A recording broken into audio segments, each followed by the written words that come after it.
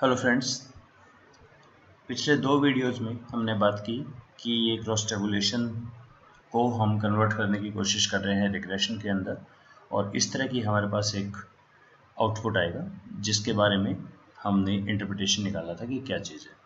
आइए इसी चीज़ को हम एक बारी, ये जो आउटपुट है और ये हम यहाँ से एक बार स्टडी करते हैं। फाइल का नाम है बाइनरी रिग्रेशन डाटा फाइल। इसमें एम्प्लॉयमेंट, अनएम्प्लॉयड, अनएम्प्लॉयड और हाई लो शॉपिंग वाले हैं। एक एज भी है। जो मैंने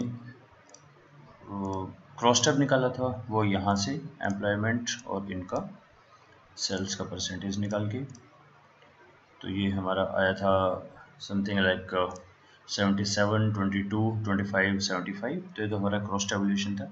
आपको एक इसमें याद हो, मैंने आपसे एक शुरू में जो फर्स्ट वीडियो था वहाँ एक बात पूछी थी।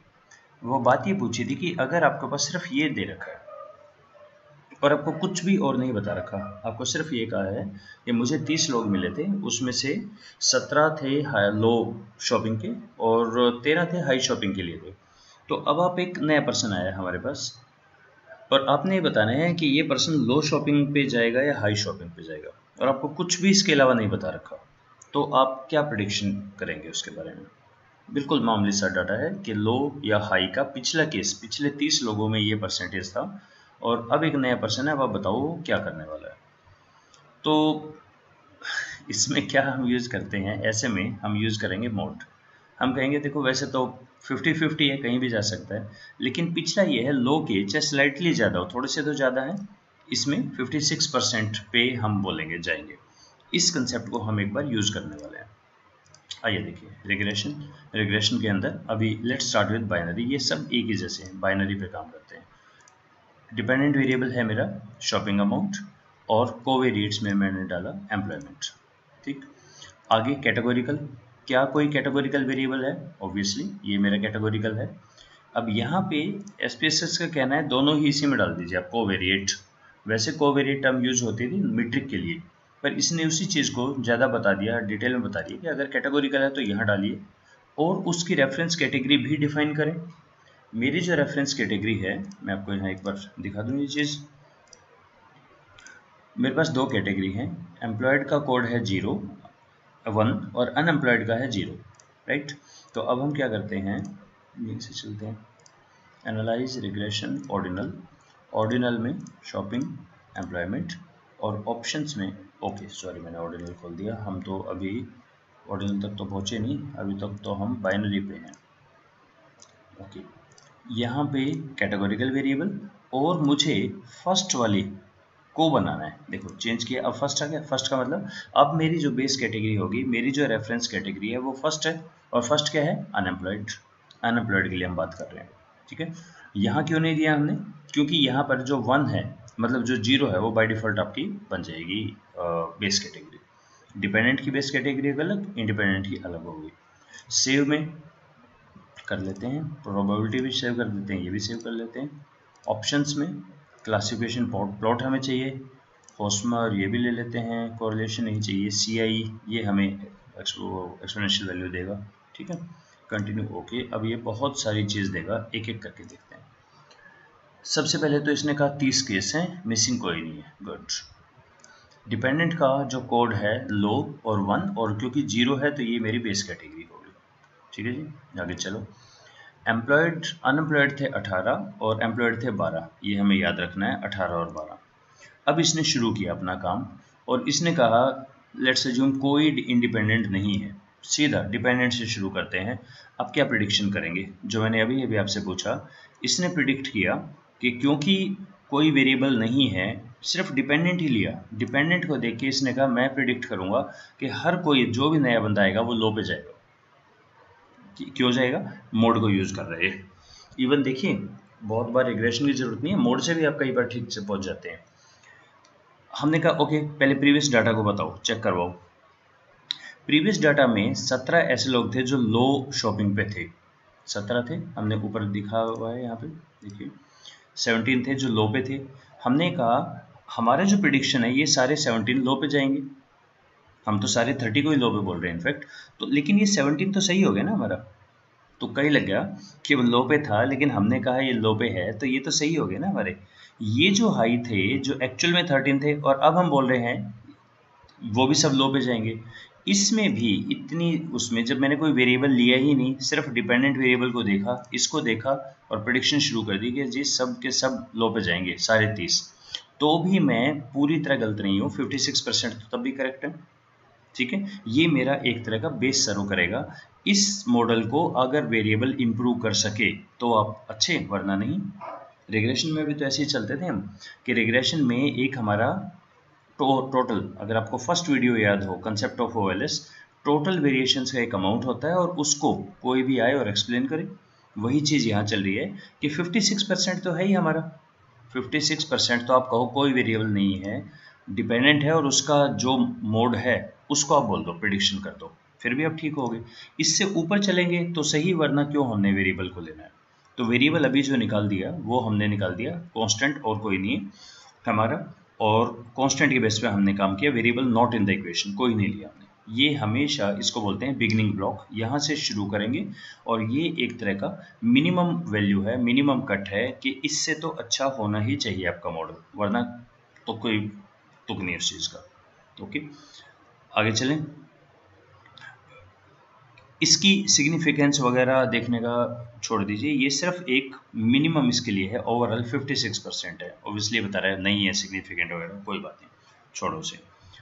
नाउ इसने कहा स्टेप 8.4 ब्लॉक और मॉडल। ये ब्लॉक क्या होता है, अब आप यहाँ देखिए, यहाँ पर एक लिखा है ब्लॉक 1 of 1। अगर आप हिरार्किकल रिग्रेशन टाइप यूज करते हैं, पहले एक वेरिएबल फिर दूसरा फिर तीसरा, तब इनमें फर्क पड़ेगा। अभी के लिए छोड़ दीजिए, अभी सिर्फ मॉडल को पढ़िए। मॉडल को ये ओमनीबस क्या चेक करता है, हमारा टेस्ट ऑफ मॉडल कोएफिशिएंट। क्या जब हमने ब्लॉक 1 में गए और एक नए वेरिएबल को ऐड किया, उसने कंट्रीब्यूट किया इसमें? पिछले से हमारा नए में जब आपने एक वेरिएबल को नया डाला, उसने कुछ कंट्रीब्यूट किया क्या? अब ये जो चीज़ है ये ओवरऑल निकलता है, क्योंकि एंटर मेथड है ना। अगर 5 होंगे 5 इकट्ठे आ जाएंगे, 10 होंगे 10 आ जाएंगे। या तो आप यहाँ पे भी वही तरीके हैं, स्टेप वाइज फॉरवर्ड और ये यूज कर लें। नहीं तो आप अभी मैंने जो यूज़ किया है, जिसमें 2 वेरिएबल हैं, एक इंडिपेंडेंट जिसकी 2 कैटेगरी और डिपेंडेंट जिसकी 2 कैटेगरी, इस चीज़ को हम बोलते हैं सैचुरेटेड मॉडल। और सैचुरेटेड मॉडल में हमेशा ही लगभग हमारा 1 आ जाता है, मतलब टोटल प्रेडिक्शन आ जाती है। ये आपको याद रखना है, सैचुरेटेड जब दो हों तब बेहतरी आता है। खैर, इसका अगर सिग्निफिकेंस वैल्यू लेस देन 0.05 है, इसका मतलब बहुत अच्छा इंप्रूवमेंट है, और नया जो वेरिएबल है वो आपका गुड एड इन कर रहा है। ठीक है, -2 लॉग लाइक्लीहुड, ये एक एस्टिमेशन होता है निकालने का इसका, और इसमें R² नहीं होता है, इसमें R² के इक्विवेलेंट से ही होते हैं, कॉक्स-स्नेल का या नेगल करके का। तो रफली इसका वैसा इंटरप्रिटेशन नहीं निकाला जाता जो सिंपल लीनियर रिग्रेशन में निकलता है। क्यों नहीं है?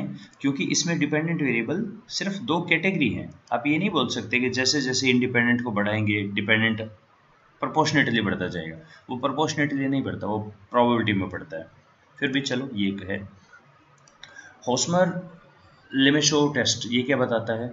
ये कहता है कि एक तो आपका मॉडल था, देखिए ये जो मैंने कहा था ये इंपॉर्टेंट चीज़ है, एक 18 और 12 जो इसने लिया है कैटेगोरिकल। इसने शुरू किया, इसने कहा जी ये थे 18 और ये थे 12, और जब प्रिडिक्शन किया तो इसने भी अपने मिला दिया 18 और 12, और का स्क्वायर हो गया 0। इसने कहा मैंने परफेक्ट कर दिया। ये एक फिक्स है, जब भी 2/2 के आप 2 वेरिएबल लेते हैं, दोनों की 2 कैटेगरी हैं, इसमें हमेशा 100% प्रिडिक्शन हो जाता है, और इसको हम बोलते हैं सैचुरेटेड मॉडल। तो अभी के लिए छोड़ दें, लेकिन आगे भी याद रखिएगा होस्मर लेमेशो जो टेस्ट है ये थोड़ा सा उतना एक्यूरेट नहीं है, क्योंकि इसमें एक तो सैम्पल साइज का फ़र्क पड़ता है।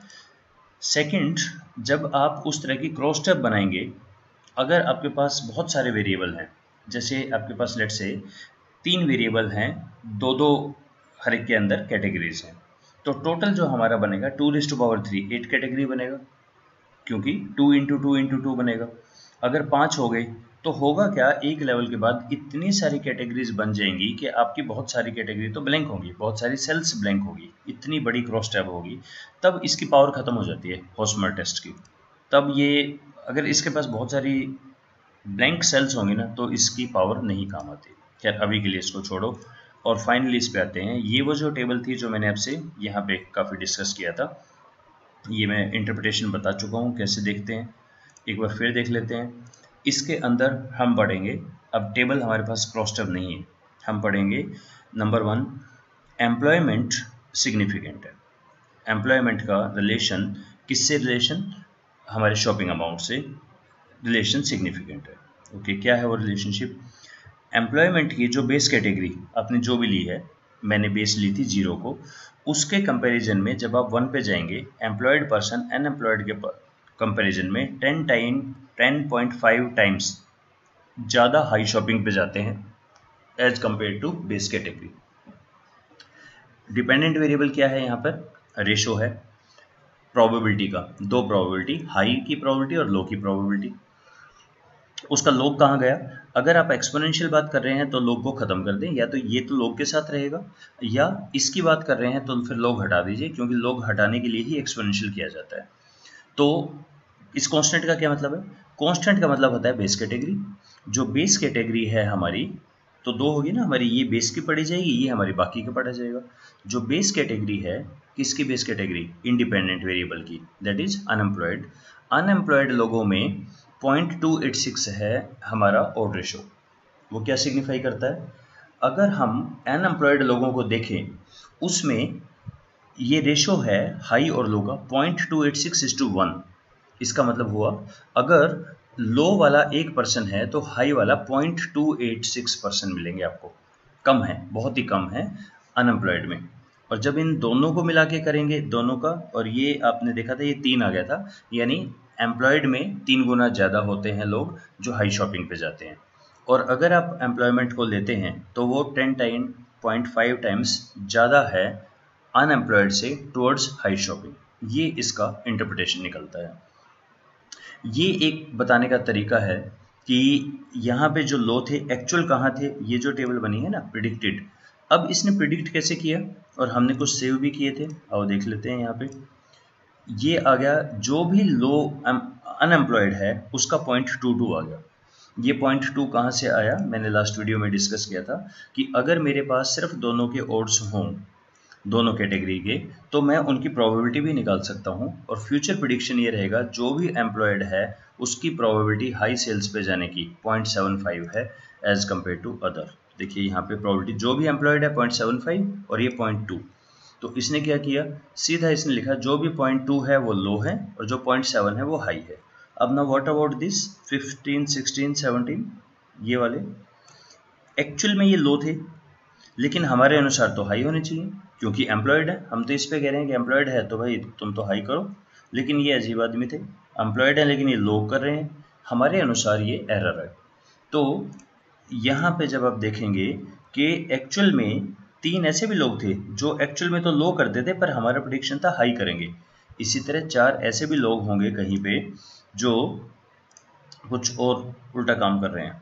यहाँ पे लो को लो प्रिडिक्ट किया, हाई को हाई प्रिडिक्ट किया, और कहीं कुछ गड़बड़ हमने की है।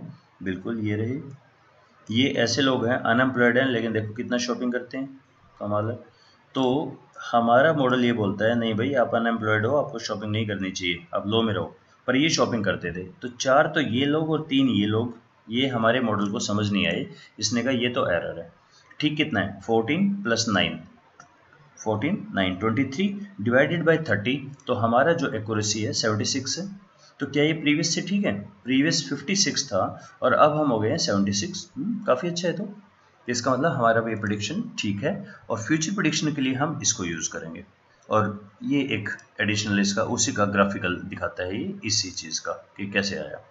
तो फाइनली हमने इसमें इतना जो चीज़ किया, सेंटर तो अल्टीमेटली यही वाली टेबल है आउटपुट, जिससे हम सब कुछ निकालते हैं। आपको ये पता हो तो इनफैक्ट हम एक तरह से क्रॉस टैब पे दोबारा जा सकते हैं। अगर आप एक बार पुराने वीडियो दोबारा देखें और इसको समझने का प्रयास करें, तो अगर ये टेबल गिवन है तो हम ये कोशिश की है हमने क्रॉस टैब को रिग्रेशन में कन्वर्ट करने की, और इससे हम विद लिटिल एफर्ट हम वहीं पे वापस जा सकते हैं कि कैसा था हमारा।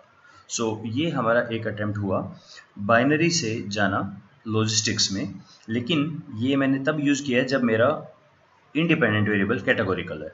और अगर इंडिपेंडेंट वेरिएबल मेरा कैटेगोरिकल ना हो इंडिपेंडेंट वेरिएबल मेरा हो नॉन मीट्रिक मीट्रिक, तब कैसे काम करेंगे ये हम नेक्स्ट वीडियो में देखते हैं।